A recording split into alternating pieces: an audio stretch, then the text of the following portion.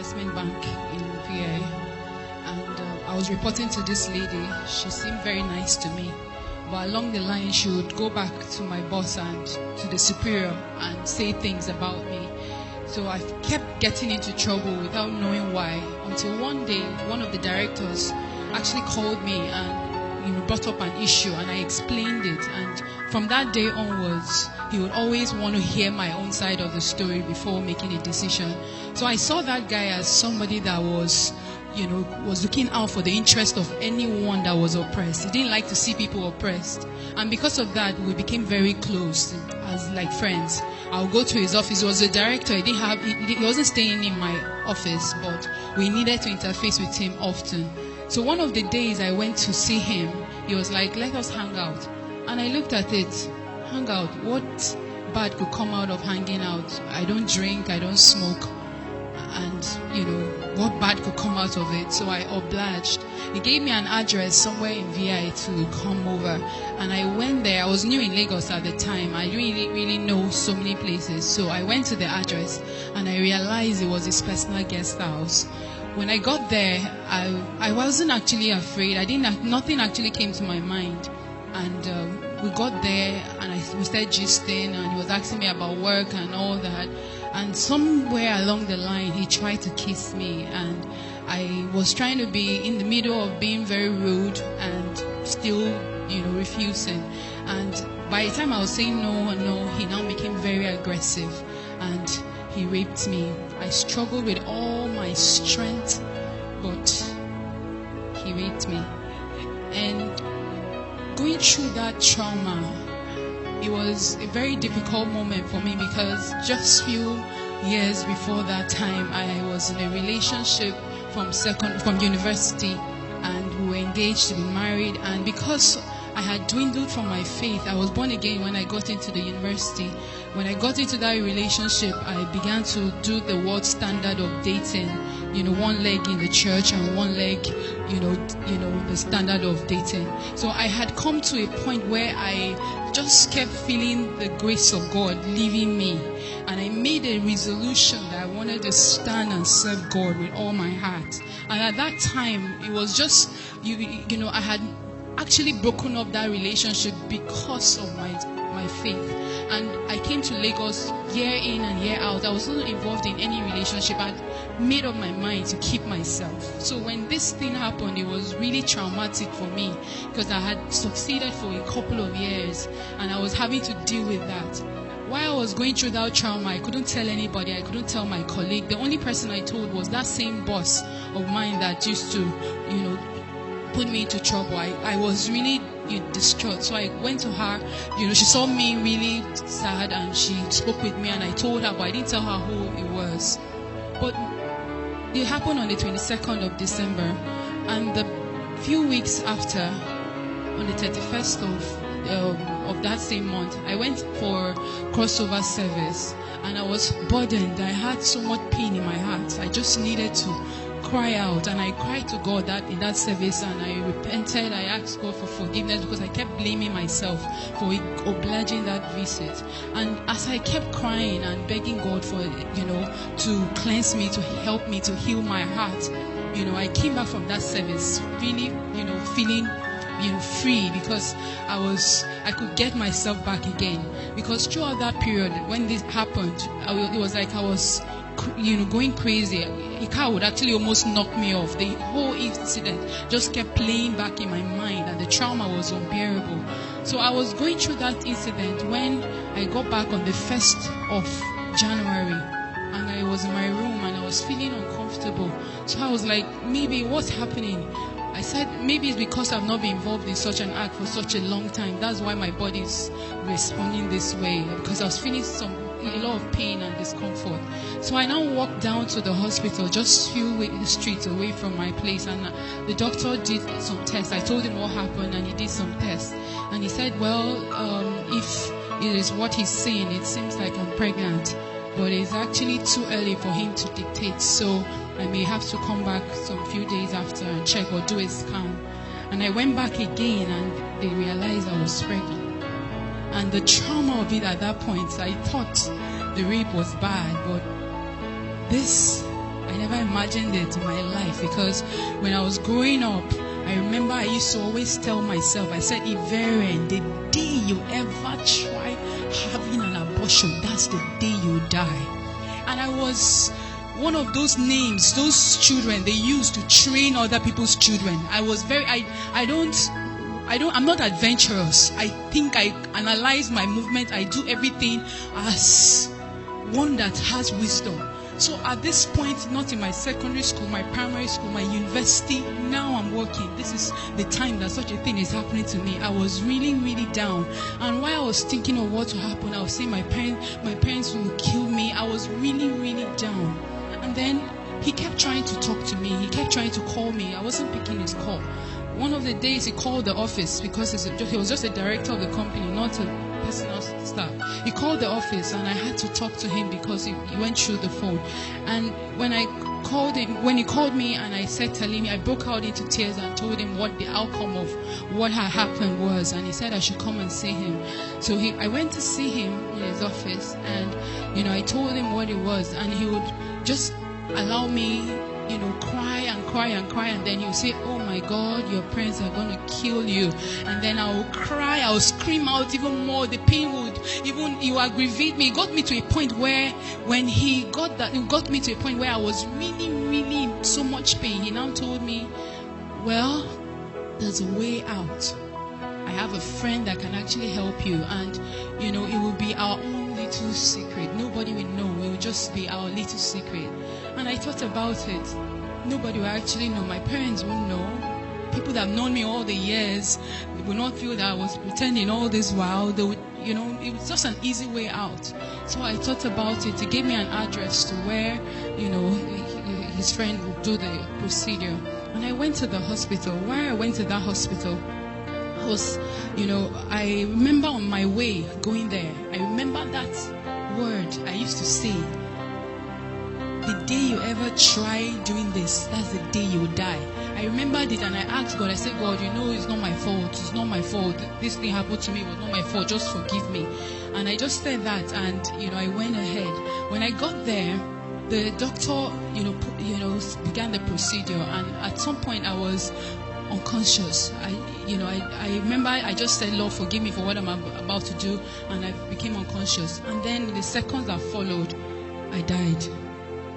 I saw myself lying down in the same hospital, and I was lying down there, and I was standing, and I could see two of me standing. I couldn't understand, how can I be the same person standing and also be the same person lying down? While I was trying to understand two of me, I've been in this earth for a very long time. I've never seen myself in two places, and I was trying to understand it. In the seconds that followed, I got caught up in the air. And I started rejoicing. I said, oh, thank God, because I know heaven is up there. But as I was rejoicing, as I was heading up, the next day I started heading down again. We said heading down, it was a pit. The walls of that pit, it was gross darkness all over. It had a wall stretched out from the face of the deep.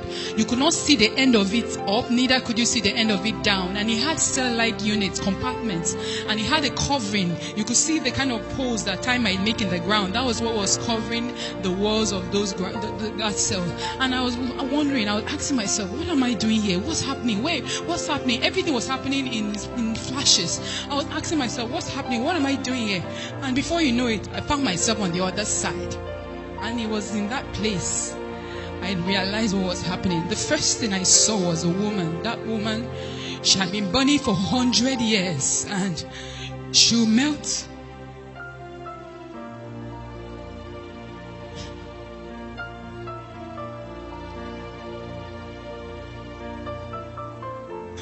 She was burning for 100 years.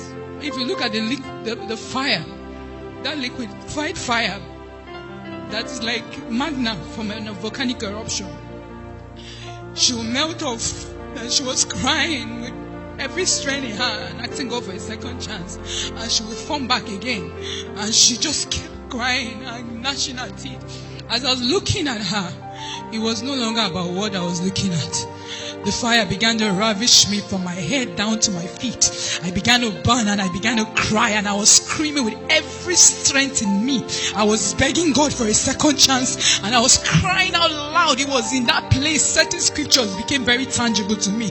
When the Bible says there will be gnashing of teeth, I found myself gnashing my teeth. I was grinding it and I was screaming and my shouts were loud. If I shout now, the next shout will be louder, but this energy it keeps depleting, but your shouts keep increasing. I was screaming, everybody was screaming, everybody was begging God for another chance. As I was shouting and I was begging God, I remember a few things that occurred there.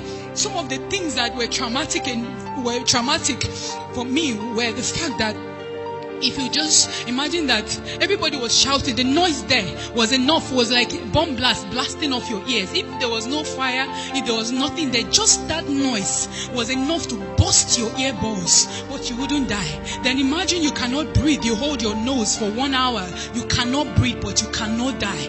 It was bad and it was painful. I realized as I was going through all these experiences, I realized the smell, the stench in that place. If there was no fire, if there was nothing else, just that stench was bad enough.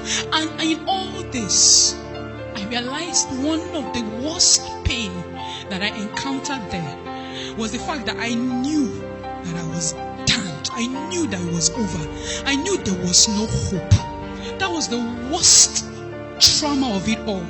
The feeling of hopelessness.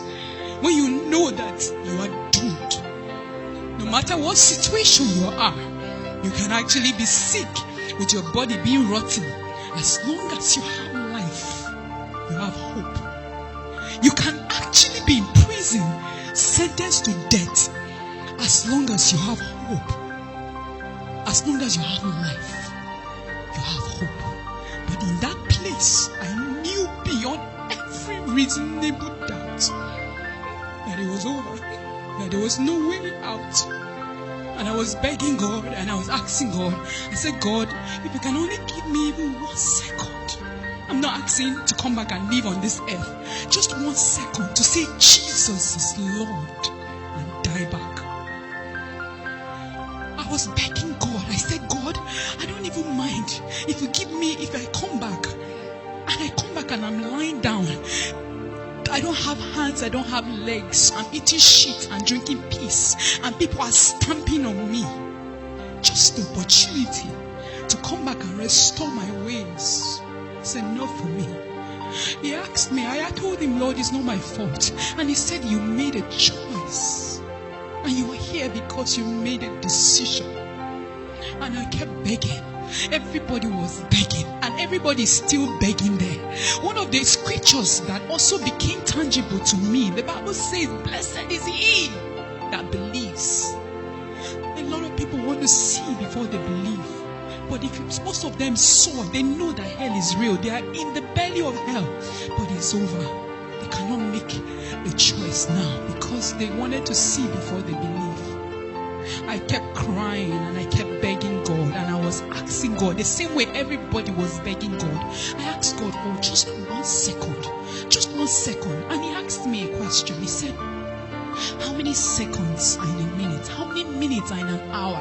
How many hours are in a day? How many days are in a month? How many months are in a year? How many years have you spent on this earth? Weigh those seconds in those years. With this 1 second, you are asking me, which of them is greater? Why is this 1 second now more important to you than all those years? And I was helpless. And I kept begging. Every other person was begging. I asked God, I said, God, I preached heaven and hell when I was in secondary school. When I gave my life to Christ, I was one of those students that believed that Jesus is coming now. Those radicals. I always knew heaven and hell was real. I preached it, but I never knew it was this real. And I asked him, I said, why is it that this thing is so real, but we live our lives like it doesn't exist? And he said that's the trick of the devil. He blindfolds our minds so that we are busy chasing what is not important. And at the end of it all, we realize what is important, but we do not pay attention to what is important. And I kept begging. Every other person was begging. I realized another scripture that says a living dog is better than a dead lion.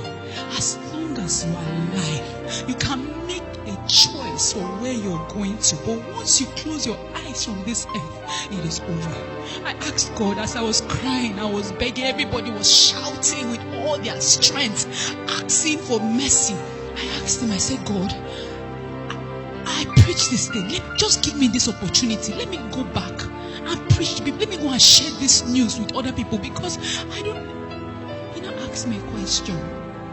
He said, Jesus, the Son of God, came, but the world did not believe him. He said the book of Revelations was written for the world to read, but they don't read it, let alone believe it. He said many have come back with warnings for the world. He said they don't listen. Why would they listen to you? I said, God, you don't understand. I will come back. I will tell everyone and anyone that has ears that it happened to me. And in seconds that followed, I found myself heading back.